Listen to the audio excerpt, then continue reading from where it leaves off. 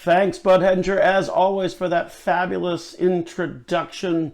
We had the pleasure of being on Bud's show this past week and thought we might share some of the Q&A that we engaged in on the program. So stay tuned for that. We're also going to talk about some of the pros and cons of working in retirement. Had a fascinating conversation with a couple that has been clients of the firm for 20, maybe 25 years, and he is now about ready to retire. The wife seemed a little apprehensive. So we're going to talk about some of the pros and cons of working in retirement. Welcome, of course, to the program Dollars and Cents. We're Central Florida's longest running radio program, coming to you on a variety of radio stations here on Sunday morning throughout the Central Florida region. A cold, chilly morning. And frankly, it sounds like the whole day is going to be chilly. So make sure you grab that sweatshirt. Even though it's mid-March, it is a cold day. Also happens to be the birthday of my middle son, March 13th. So happy birthday to Ethan. Now I'm going to have to do math.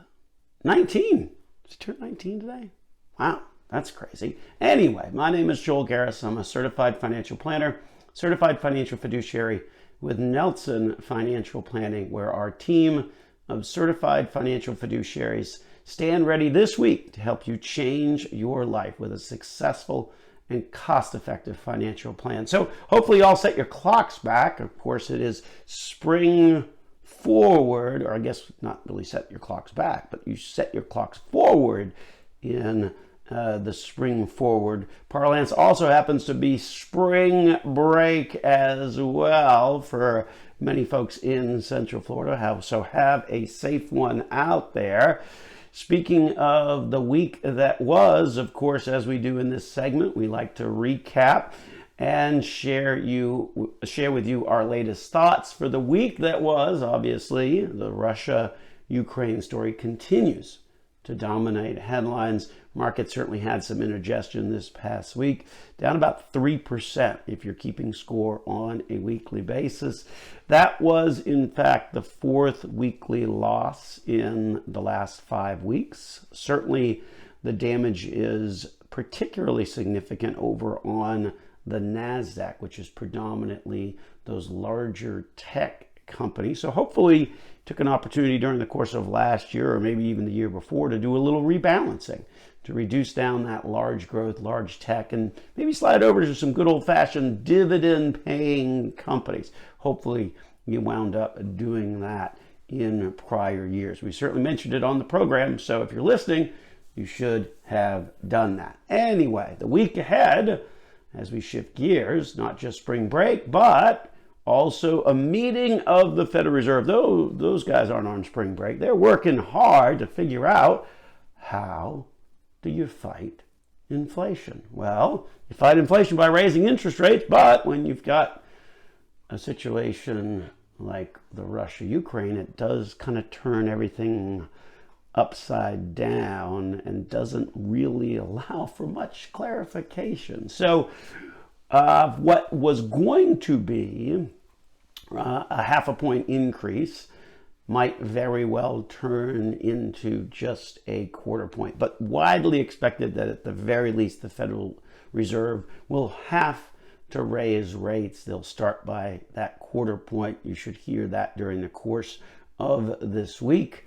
Stay tuned for more on that, but certainly that is the tool for fighting inflation, and inflation certainly running very high. To talk a little bit about that, I wanted to share with you an article that I read that actually had some interesting sort of perspective.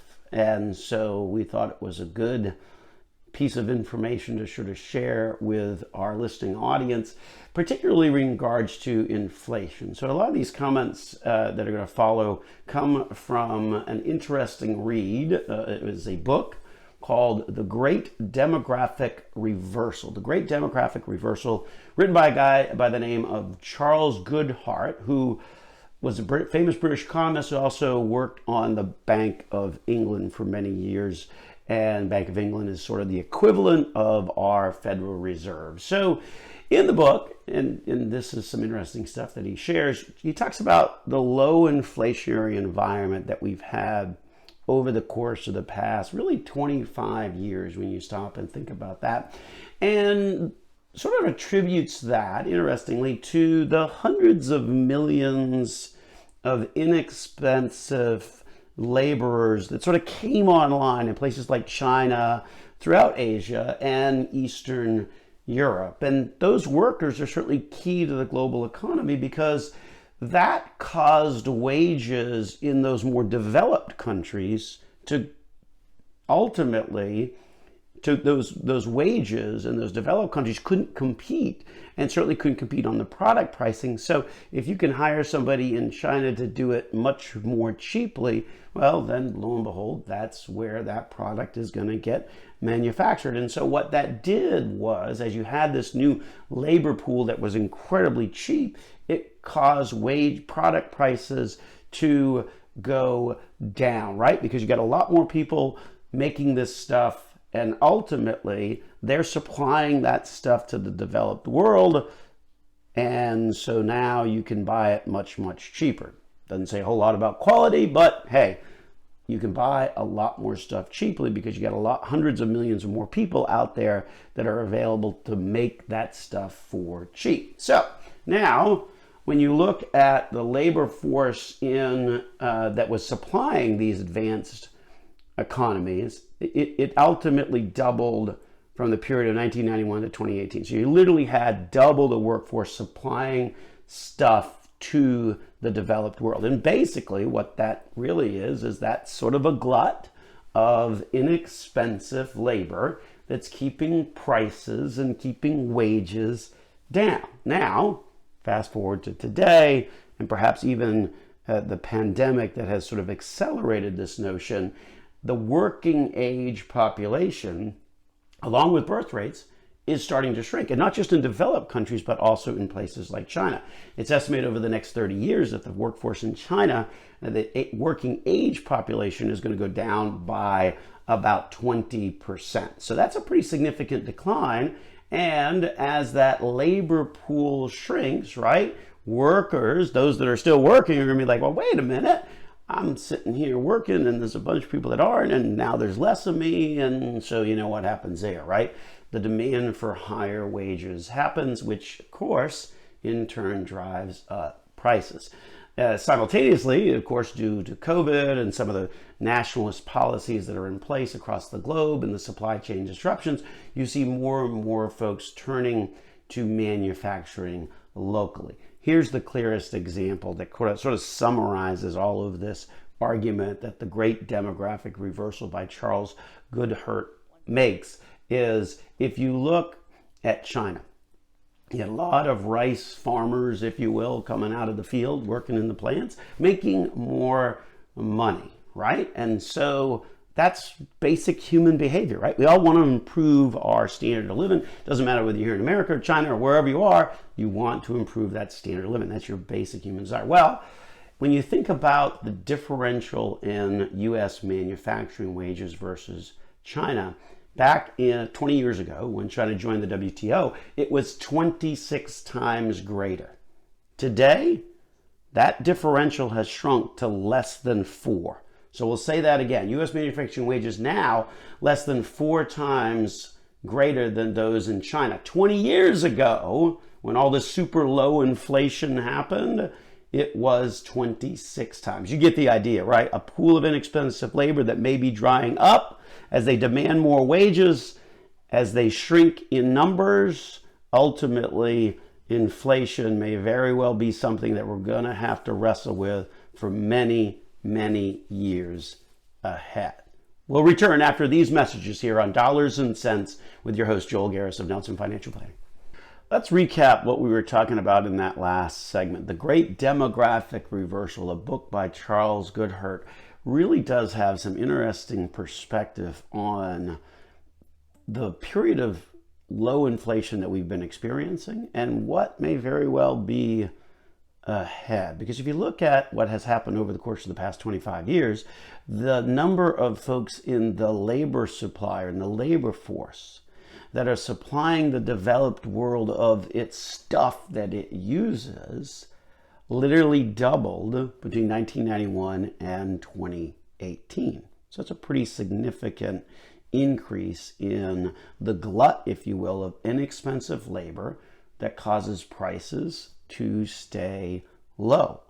But that's starting to change. And the reality is that some demographics involving aging populations, it doesn't matter whether it's here in the US or in China, where the workforce is expected to shrink by 20% over the course of the next 30 years. As that pool gets smaller, and as you couple that with some of the COVID-related changes in perspective, right? The supply chain issues, well, wait a minute, we'd rather have that right here, developed here, closer to home, so we know that it's good to supply our people with those products that they need, and then also ripple into that some of the nationalist policies that are out there, and you have a situation where perhaps that pressure on wages is in fact reversing, sending those wages upward. Well, when wages go up, that creates sustained inflation. Is it going to be 7% like it is right now? No, because some of that certainly is some of the supply chain disruptions as a result of COVID policies, not just in this country, but across the world. But the reality is that the gap is shrinking dramatically. 20 years ago, when China joined the WTO, there was a 26 times factor in the differential between what you would get paid here versus in China. Today, that has shrunk to be less than 4x. So that wage gap, if you will, that allowed for that pool of inexpensive labor to exist is shrinking, and shrinking quite dramatically when you start to look at the numbers. So an interesting read, The Great Demographic Reversal by Charles Goodhart. We encourage you to pick up a copy of it if you kind of like that stuff. Anyway, welcome to the program. Of course, this is Dollars and Cents, Central Florida's longest running radio program. Also happen to be one of the top 25 financial planning podcasts. Can't forget our podcast audience as well. We've got over 21,000 downloads of our program. So a lot of folks out there listening to us on their favorite podcast channel of choice. If you have any issues finding us or finding our channel on your preferred medium, just go to our website, nelsonfinancialplanning.com. And in the upper right-hand corner, there'll be a bunch of icons. Click on the one that looks most familiar to you, and you will get instantly connected over to our channel on your preferred social media venue. So, my name, of course, Joel Garris, certified financial planner, certified financial fiduciary at Nelson Financial Planning. So we had the opportunity to join Bud Hedinger and Alan Spector this past week. And so we thought it would be good to sort of share some of the conversation that we had on the program. Obviously, it had a lot to do with Russia, Ukraine, inflation, and things like that. And I wanted to kind of share some of the thoughts that we had as we were engaging in that conversation. I think, first of all, one of the things that really has surprised me about this Russian situation is not just the government sanctions that have happened, and obviously those have been quite significant, but what's interesting is the follow-through that we're seeing in private corporations, in corporations all over the world that literally are walking away from their investments. Shell announcing this past week, literally walking away from like a $15 billion dollar investment in Russia, deeming it just not safe. The fears and the threats of nationalization too great that you're hearing out of Russia. Who does that sound like? No, it sounds like Venezuela, doesn't it? Because that's sort of what happened there, right? Remember that? The reality is that the walk away of private industry really has been just dramatic. Whether it's MasterCard and Visa not processing credit card transactions, Google, Apple not letting their apps work, Estee Lauder closing stores, McDonald's I think closed, but I think it's only temporary, but we'll see about that. But certainly just a dramatic move by private industry that I would imagine, was a miscalculation by Putin in the strength and the breadth of the response, not just on the government side. Much more dramatically is the reaction on the corporate side of things, which has really kind of been surprising about the depth and the breadth of that has happened. So that's sort of one additional kind of thought that we have on it. And then the other piece that came up is just the fundamental human piece of how do we in this country, how can we help the folks in Ukraine? So we chatted with Bud and Alan a little bit about that. They had heard about some Ukrainian war bonds that the country of Ukraine had issued out, and certainly that was an option. But those bonds actually, and there was about 270 million raised at 11% interest. Again, the reason the interest is so high is because if the country falls to Russia, then those bonds aren't going to be worth anything. So that you have to pay a high interest rate to attract any amount of capital. But they still managed to attract about 270 million. All of those have been sold. All those war bonds that were issued by Ukraine have been sold. So if you do want to buy one of those, then the reality is you're buying it from somebody else who already bought it. And so basically you're just kind of benefiting the person who bought the bond originally, because now those bonds are sort of trading in the secondary market. So I don't think that's kind of a good approach. There certainly are some others, and so for that we would think of those large organizations that have been around forever that have experience being on the ground in war zones and difficult situations. Groups like UNICEF, groups like Catholic Relief Services, Doctors Without Borders, and International Red Cross, sort of other kind of some of the main ones that immediately spring to mind that have a long history of supporting groups in war zones. So certainly, if folks want to get involved, that's a great option as well. Of course, it's Sunday morning, right? So maybe if you're going to church or sitting in church, say a little prayer for the folks in Ukraine. That's always helpful. So we would encourage that as well. Some of the other things that we've heard folks doing to help support the folks in Ukraine involve reserving Airbnbs or VRBOs in Ukraine with no intention of actually staying there, as a way to kind of funnel money directly to the citizens of Ukraine. I think the government also opened up a couple of crypto wallets, things like that. So lots of options out there. Our view would be stick with some organization that certainly has a long history of doing exactly those kinds of efforts, humanitarian efforts, particularly in ravaged war zone areas like, unfortunately, the folks in Ukraine are facing these days. Also sort of talked a little bit about the notion of what investors can do. We've talked a little bit about that in the program a couple of weeks, but just to recap, of course, as it always is, important to remember the fundamentals, right? Be diversified, be consistent. Those are still your best choices of options when it comes to being a successful investor over time. Certainly a bad time to make big changes, because you're going to be overcome by fear, which is going to ultimately drive you much more into the conservative side. And if you've seen what cash and bonds pay, you'll know that that's not a particularly great area to be, especially with inflation running at a higher level. And that's certainly the case, not to get too heavy on that bond or cash side of thing. And then ultimately consider embracing surprise, right? Maybe you've got some extra cash. Maybe not a bad time to think about investing a little bit of that, taking advantage of the opportunity. I wouldn't jump full feet in on that, but maybe a little bit at a time. Always a good way to invest money anyway. So we're going to take a break. When we return, we're going to talk about the pros and cons of working in retirement. Coming up next here on Dollars and Cents with Joel Garris of Nelson Financial Planning. So had a couple in my office this past week, and we've known them a long time, been clients for probably 25 years at the firm, and now it's at that time when he is right at retiring, planning to do so next year. And so it was an interesting conversation, because oftentimes it's just him that has been coming into the office. And so this visit warranted her as well, especially if they're talking about retirement.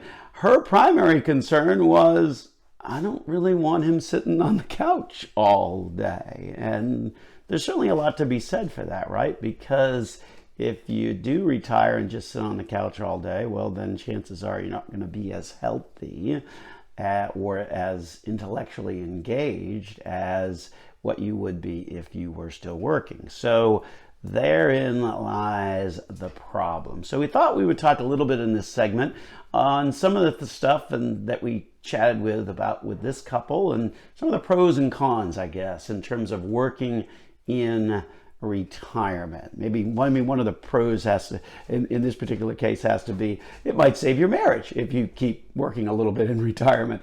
Anyway, welcome to the program. This is Dollars and Cents. We're Central Florida's longest running radio program, coming to you on a variety of stations throughout Central Florida on this cold Sunday here in Central Florida.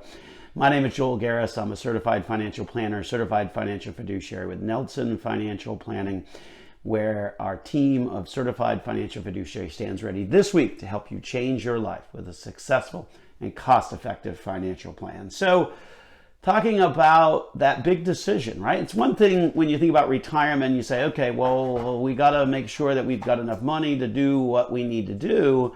But the reality is that we also need to make sure that we're going to be duly entertained with how we're going to spend our days. And so certainly when we think about retirement, we think it's the end of working, but maybe working a little bit in retirement isn't such a bad idea. So we thought we would get some of the pros and cons on the table. Certainly if you're working in retirement, then that generates income, right? So you won't burn through your savings quite as quickly. That one sort of makes internal sense, right? Because at the end of the day, you wind up having extra money that's coming in by virtue of you were still working. That also means that you could wind up getting more out of Social Security. Now, Social Security takes the average of 35 years of work history. So if you're not quite at those 35 years, then you've got some zeros going into that average. So maybe a little bit more work income over the next few years might really help that Social Security eliminate some of those zeros that you might have had early on when you weren't working. Replacing them with at least some number might help your overall Social Security, combined with the fact that the longer you put off taking Social Security, the more it increases, right? And that's not a stair step or a cliff type of increase. It's an increase that occurs every single month. So don't think that with Social Security, oh, I'm not going to take it because maybe I'm going to keep working a little bit. The reality is that if you change your mind and want to start collecting Social Security, well, then you can get it the very next month, and that delay of even a few months cause that Social Security to go up a little bit. The reduction in Social Security when you take it early is calculated on a monthly basis to the equivalent of 0.5%, so basically 0.5% per month.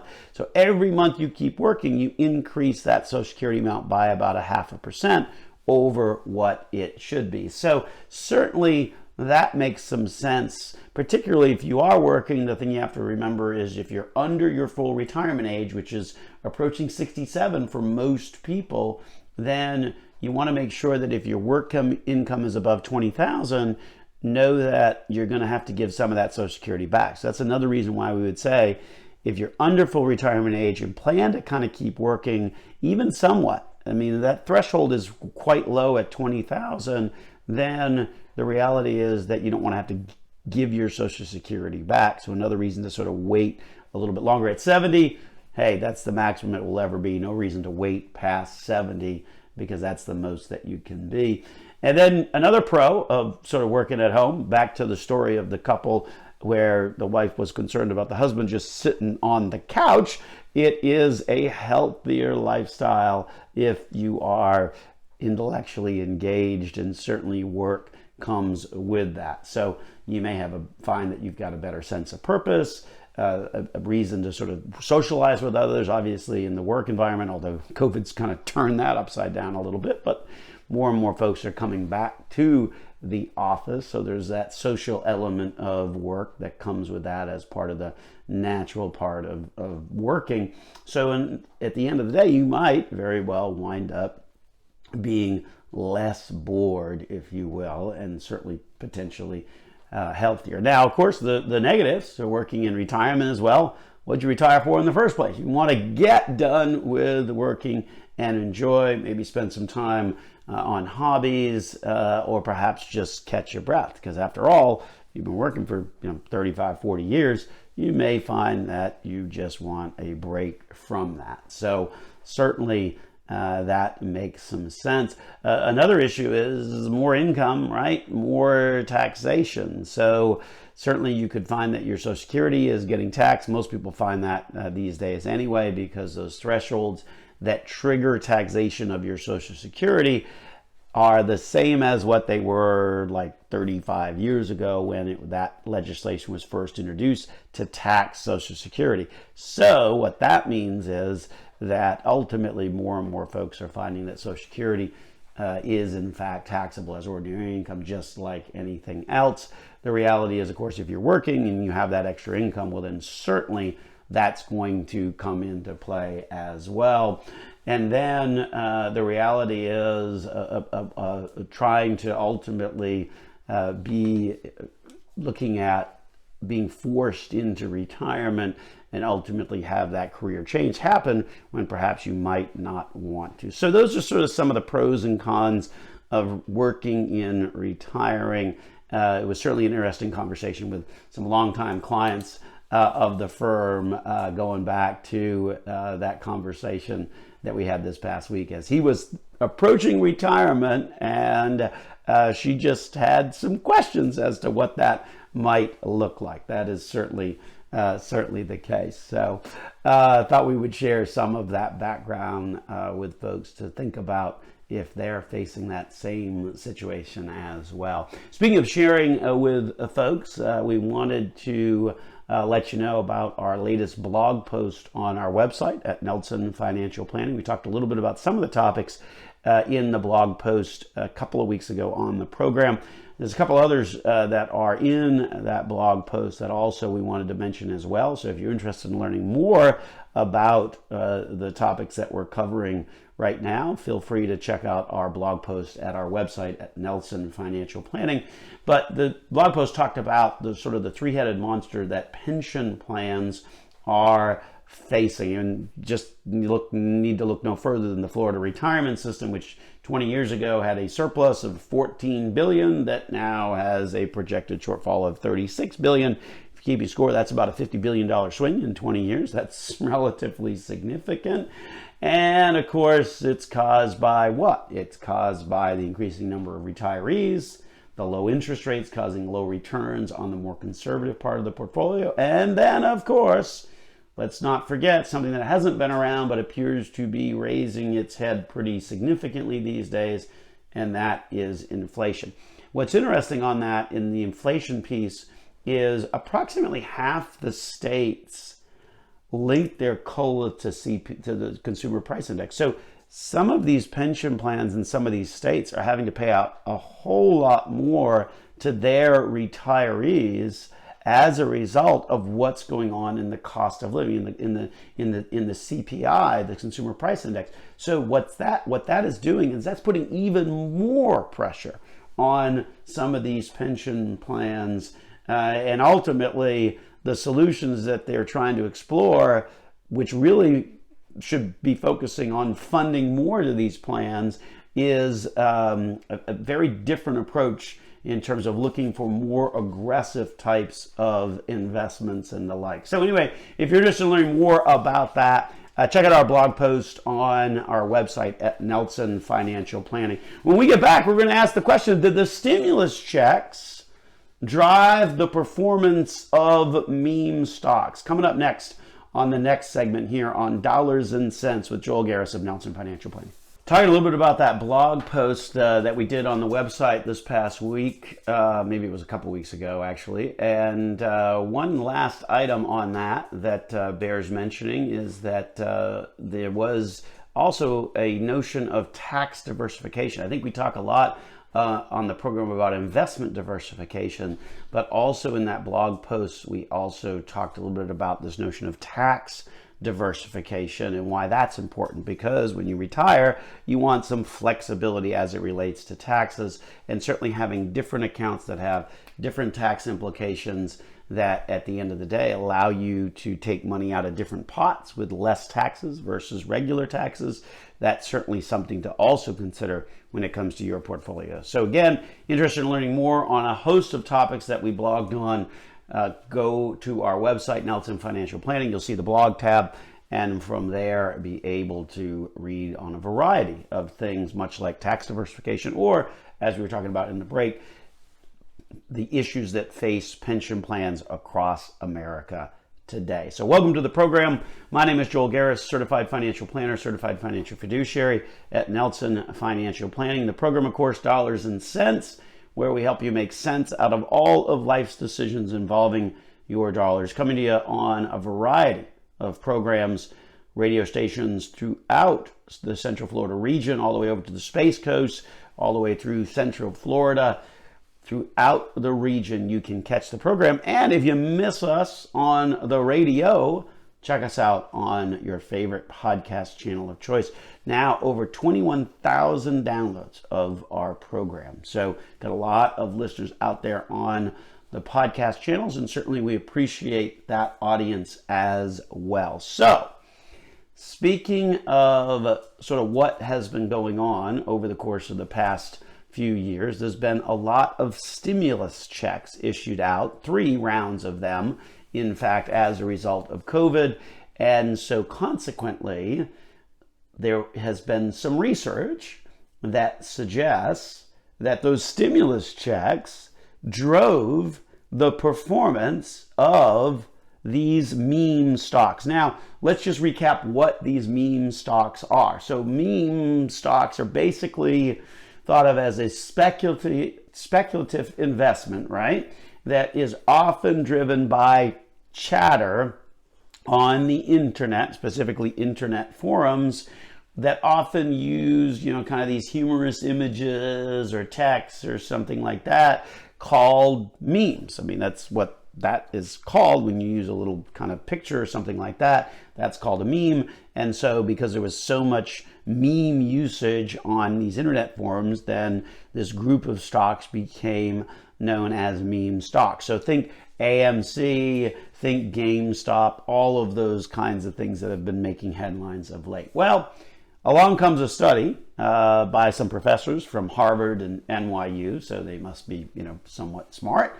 And so they came to the conclusion that there may very well have been a strong connection between the stimulus checks and meme stock performance and meme stock investment, which sort of underscores the notion that maybe stimulus checks that go out to everybody isn't really the best way to deal with an economic crisis. We've certainly seen that stimulus check type of approach be used many times over the course of the past 30 years. Oh, let's send out money to every American. They will spend it. That will help the economy. And lo and behold, that will help us get through this particular economic crisis.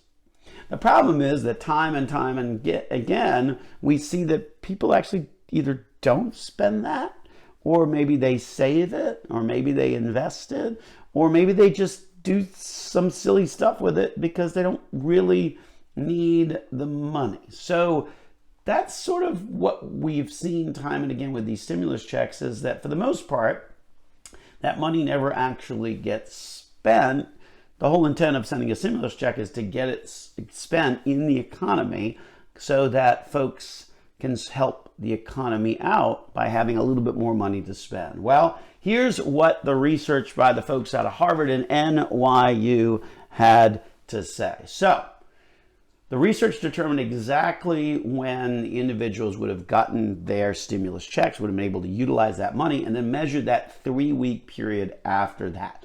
It divided the universe into sort of two groups of 500 stocks each that were one group, the most likely to be mentioned on places like internet forums or number of posts or maybe held in Robinhood accounts, and then the group of 500 stocks that were the least likely to have been mentioned on the internet and be the focus of online retail speculation. So we got a group of 500 that's the most, and a group of 500 that's the least mentioned on these internet forums.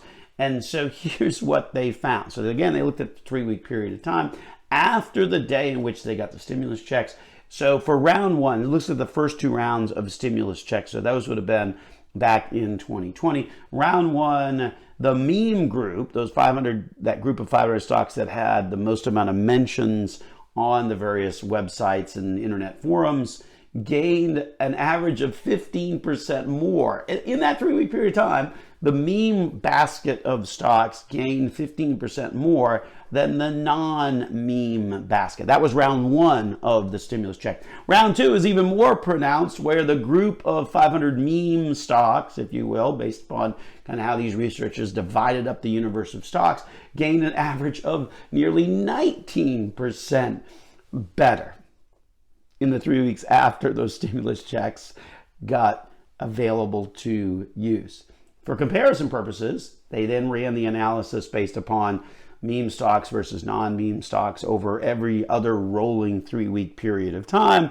And lo and behold, there really wasn't much of a differential in performance, maybe 2 or 3 percentage points, but not really all that material. So pretty clear when you look at the latest research and that was done, that a lot of those stimulus checks wound up chasing these meme stocks. Certainly, if you measure that by the differential in performance, looking at the moment that you got the stimulus check, the moment that the American public got the stimulus check and had the ability to spend it, and you cashed the check, it cleared, and okay, now I can spend it.